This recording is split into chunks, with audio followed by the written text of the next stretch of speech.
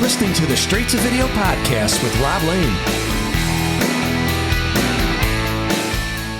All right, what is going on? And thanks for checking out my podcast, Straight to Video. It's Rob Lane here as always, and I hope you're doing great. On today's new show, I get to bring you a chat with rock and roll drumming legend Mel Gaynor. Mel's career has been constant since beginning in the 70s as a young 16-year-old touring the UK before becoming a highly in-demand session player. He would become best known as Simple Minds' longest-serving drummer, performing at the legendary Live Aid event in 1985 in Philadelphia. And for this particular podcast and our John Hughes obsession, he was also responsible for playing on the iconic track from The Breakfast Club, Don't You Forget About Me. Outside of Simple Minds, Mel has performed with endless music legends from Elton John, Robert Palmer and Tina Turner, to name but a few. And he recently had a role in the brilliant rock mockumentary All Gold featuring the Kemp Brothers. Right now, though, Mel is focusing on his solo career with a brilliant new single which is out now called Run, and a full-length album, Come With Me, being released in May. This sees Mel not only behind the kit but also on lead vocals too, and it's a real treat.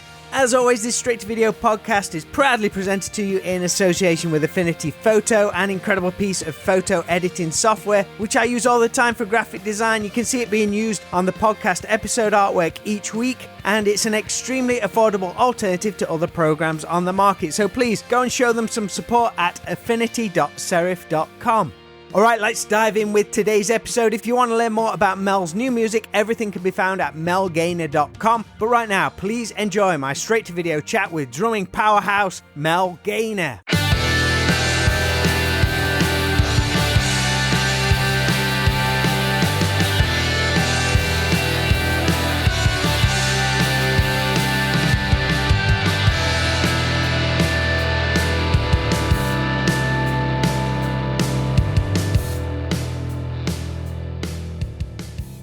Really enjoyed the new single Run, which is out now. Thank you very much. Thank you. There's like a real Americana feel to the track. Very organic, but it's got this like really cool pop sheen to it. I think it's got like a great crossover appeal, especially with how big country music's getting in the UK now. Absolutely, yeah. I've been following the country music scene like in the last couple of months, and it's getting huge. It's crazy, man. There's been like the big C2C festival at the O2, I think there was. That's right, yeah. Well, country music's not like it was in the old days, you know. Country music used to be, you know, fiddles, banjos and, you know, melancholy lyrics. Now it's kind of rocking, you know. And to be realistic, some of the best songs came from country songs. Absolutely. So, you know, that appeals right across the board. Pop, rock, heavy rock. You know, there's been some great songs which are derived from country songs. Yeah, but I don't think your single Run, I don't think that's perhaps reflective of the album as a whole, though, from how I've heard you describe the rest of the album. Was it tough to choose a lead single to come out of the gate with? Well, I think Run was a pretty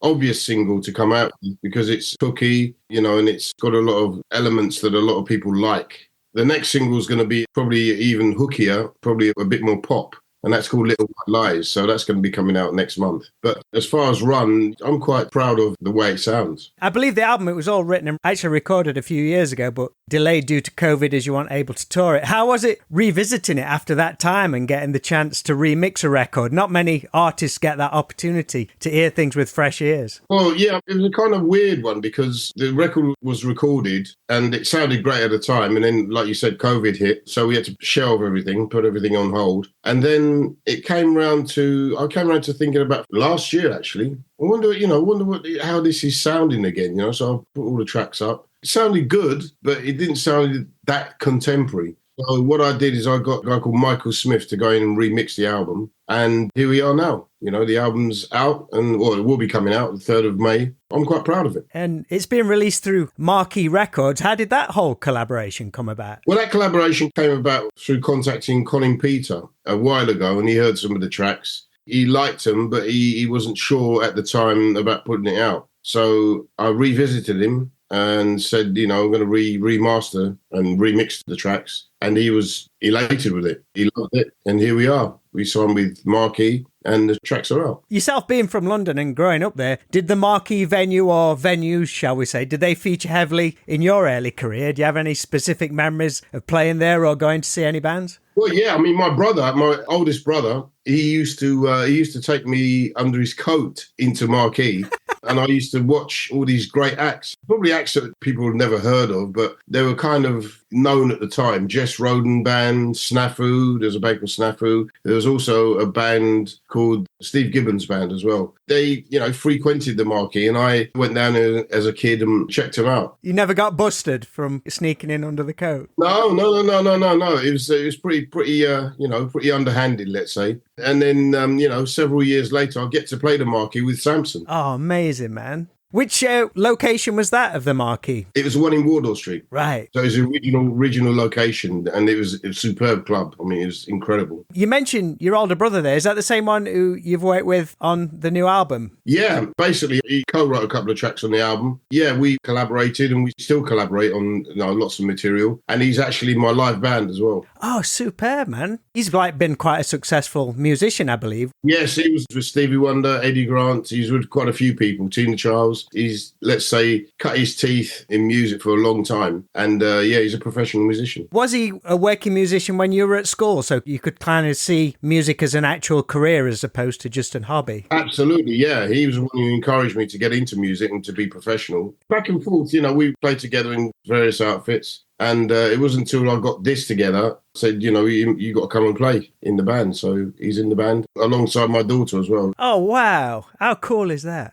How was the live show at Water Rats? That's right. Yeah, it was incredible. We took the roof off the place and it was fantastic. It really was a good evening. I don't think the people expected what we were about to deliver, because I think they probably thought it was kind of going to be Minds-ish, and it kind of is. But it's kind of on the heavy side as well. I've seen some photographs. Are you singing and playing drums the whole time, or do you get the chance to come out front at any point? Yeah, singing and playing drums all the time. There's only one track I've come out with. It's a kind of machine-led ballad, and that's called Wicked Game. Cover the Chris Isaak one, yeah. So we do that in a kind of ballad form, dark ballad form. So you'll hear that when you get the album. What are the next plans for live stuff? Planning a live tour, which is going to be coming up probably the end of June into July. We want to get from the north to the south, as it were. So we're planning to start off in Glasgow and end up in London. So we'll do all the territories in between that as well. How were the nerves before that gig compared to other gigs? I wasn't too nervous. I think it was apprehension rather than nerves, because I just wanted to see, how we'd go down and how the first couple of numbers would be received. And it was well received. It was great. And you're in the flow then. You're comfortable. You're away. Absolutely. Absolutely, yeah. You've been playing drums from an incredibly early age, rather than the kitchen pots and pans. You started on your mum's knitting needles at 6 and then got your professional drum kit around 11. That's right, yeah. Then right out of school, you went out on tour with the Flirtations. Do you recall how that even came about? Was it unusual for a 16-year-old boy to be heading out on tour? It was kind of unusual because I've been doing a lot of sessions before that and playing in pubs and such like. And there was a guy called Phil Bowdry who put my name forward to the Flirtations, and he's a big promoter now. He just put my name forward, and then I just started to play from there. So I was pretty much professional from the day I left school. What did your mates say? Did they even know? Like, where's Mel gone? Not too many mates keep in touch now, but the mates I did have at the time, yeah, they were like shocked. They were like, they were doing painting and decorating or, plumbing. And they said, oh, you're going to go off and tour and play music? That's incredible. I was away for about 3 weeks, on the first jaunt, and it was really exciting. Was there ever any doubt that drums would be your career from then on? No, there's no doubt. When I first saw Buddy Rich and John Bonham on TV, that was it for me. That was going to be my life. This is all through an incredibly influential time for music, like the late 70s. You had disco, punk rock, a slew of rock bands coming up. Was you just this sponge for different musical styles, or did you have an all-out favourite? I was just sponge for different styles. I mean, there wasn't one style that I said, okay, I wanted to definitely go with that style, or, it was eclectic. I just wanted to cover all bases. In fact, I started off playing a lot of jazz fusion, and then got into funk. Played with a lot of funk bands on the Brit funk scene as well. One of the big bands from that time, I believe you saw it when you was working at the 100 Club, the Sex Pistols. Where in their career was they at that point? Did you know what to expect, or who are these guys? Yeah, it was their first gig at the 100 Club, and I was on the PA crew, and I was just kind of helping the guy out to stack the PA and everything, and it was just wild. That was just an incredible gig. The atmosphere of that gig was just wild, unbelievable, completely sold out. Cue round the block. Yeah, they were the new band of the era, as it were. Was you slipping on spit when you were clearing the PA up at the end? You know what? There was a lot of broken bottles, I can remember, and broken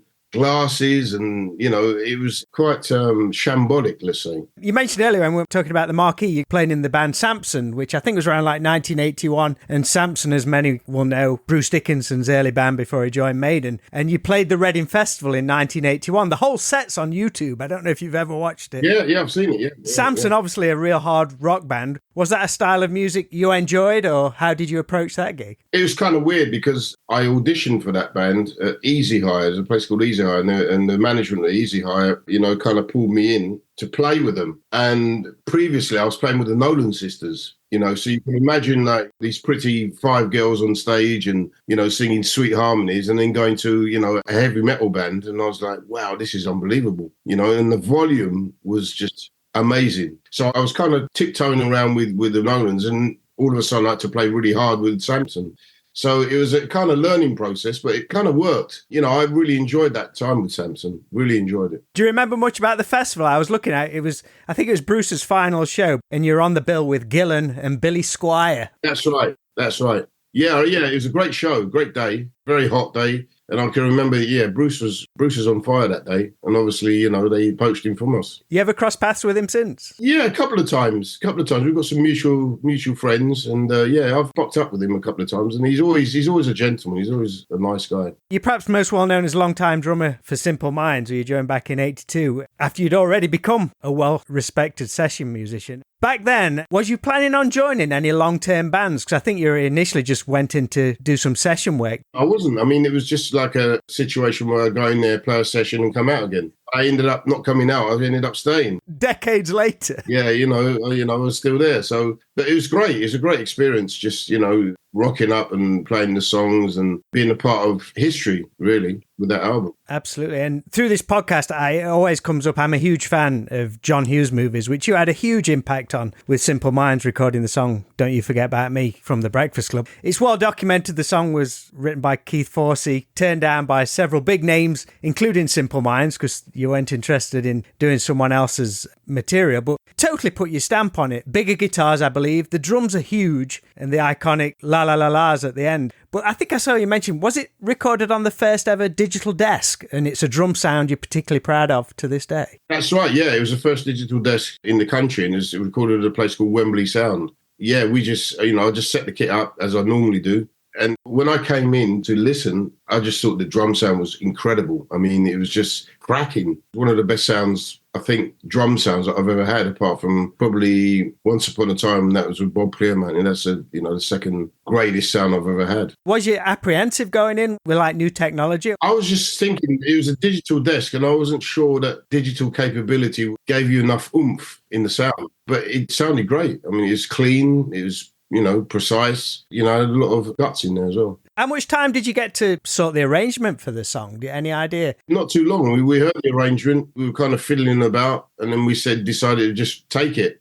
And we took it, and that was a take. So it's a one-take wonder. Do you remember much about filming the video and how long that took? Because it's quite an impressive project. I remember that. That was at Nebworth House. It just took forever. I mean, we got in there like 5 o'clock in the morning. Didn't get out till probably 10 o'clock at night. Which way did they do it? It starts where there's nothing in there, then it just gets busier and busier. Did they do it that way? Was it empty when you started and they filled it up? Yes, it was. It was completely empty when we started, yeah. But it was good fun to do it. Not only do you truly make the song your own, but then it gets featured heavily in the film twice, beginning and end, so you can't really escape it. That thing's embedded in your head. How was it seeing it on the big screen when you saw the premiere in London? It was great. Really, real proud moment to see, we got the top and tail and the full soundtrack.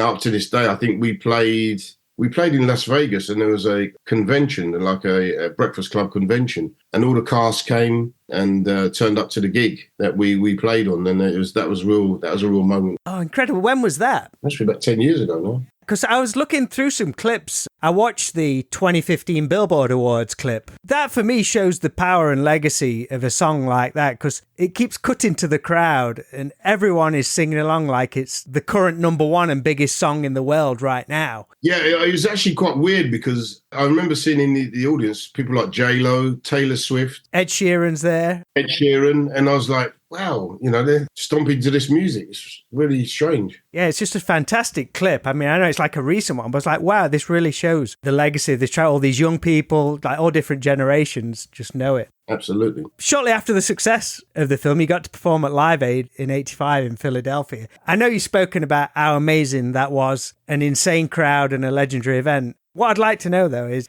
do you still own that amazing blue silk waistcoat you was wearing? Yeah, I wish I did, actually. No, I don't. That was something else, yeah. I mean, I remember getting our clothes from, I think it was definitely New York, and I think it was in Chelsea that we went to this great kind of hippie shop. They had all these great, satin clothes and everything else. And I just picked out that stuff and just ran with it. It suited what we were doing at Live Aid. That thing should be in a Hard Rock cafe somewhere now. Yeah. Funny enough, my snare drum's in a Hard Rock cafe in London. Oh, wicked. Which one? The original Hard Rock cafe? The original one in London, yeah, Hyde Park. Oh, brilliant. How long's it been there? Just like forever? It's been there for quite some time, yeah. They obviously took it and then put it up on the ceiling. When did the band get to rewatch the Live Aid set? 'Cause I think you was in the studio at the time. Yeah, I remember in the studio we watched it back. We were quite peeved because they cut off some of it because they had a feed problem. So they cut off half of our last song. So that was a bit strange. But no, we watched it in the studio and it was great. You played in so many amazing bands. How was it being a part of Spandau Quo recently? Spandau Quo, that was funny. That was a real comedy satire. Yeah, they asked me to do it. I wasn't sure what was going on with that situation, but it ended up to be really hilarious in the end. I know the Spandau guys for quite some time. Francis Rossi I'd never met before. He's a lovely guy, complete gentleman. And so it was really funny. David Arnold I knew as well because I played on one of his solo albums. Is there anybody you've still to check off the list who you'd like to play with or record with? Oh, many people. Put it out there, Mel. Let's put it out there. I'd love to play with Bruno Mars. That'd be great. Who else is there? Earth, Wind and Fire. I don't know. There's pretty much most of them I've played with in some shape or form. Who would you like to go out on the road with, the new album? Like any acts who you think, yeah, I'd love to open for them or go out on the road with them as like a double bill? I'd love to go out with this band, with Def Leppard. I think that would be quite a good partnership. Yeah. You know what? That'd be a really good double header, I reckon. Yeah, I think that'd be a good match. I think fan base would be like, what's this all about? Where's Def Leppard with another heavy metal band or a hard rock band? But once they saw it, I think it'd make sense to them. I think so. I think it would be good, yeah. Def Leppard, it's all about the hooks and melodies and always has been. Absolutely, and they're very melodic, a very melodic band for a heavy metal band. Mel, I'll let you go because I don't want to keep you too long, but I appreciate you chatting with me. I wish you all the best for the album. I look forward to hearing it when it's out. Thank you very much. It's a pleasure. Take care.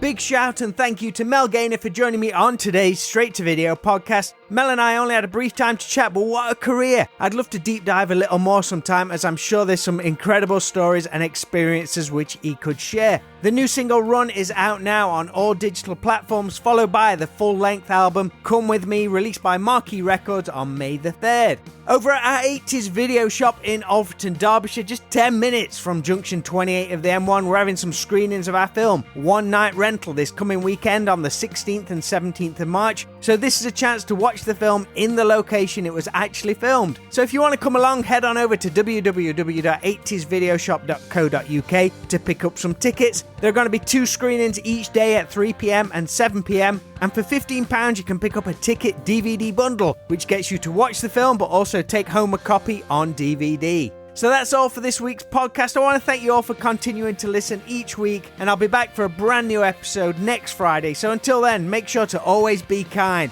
Please rewind and unwind, and I'll speak to you all real soon.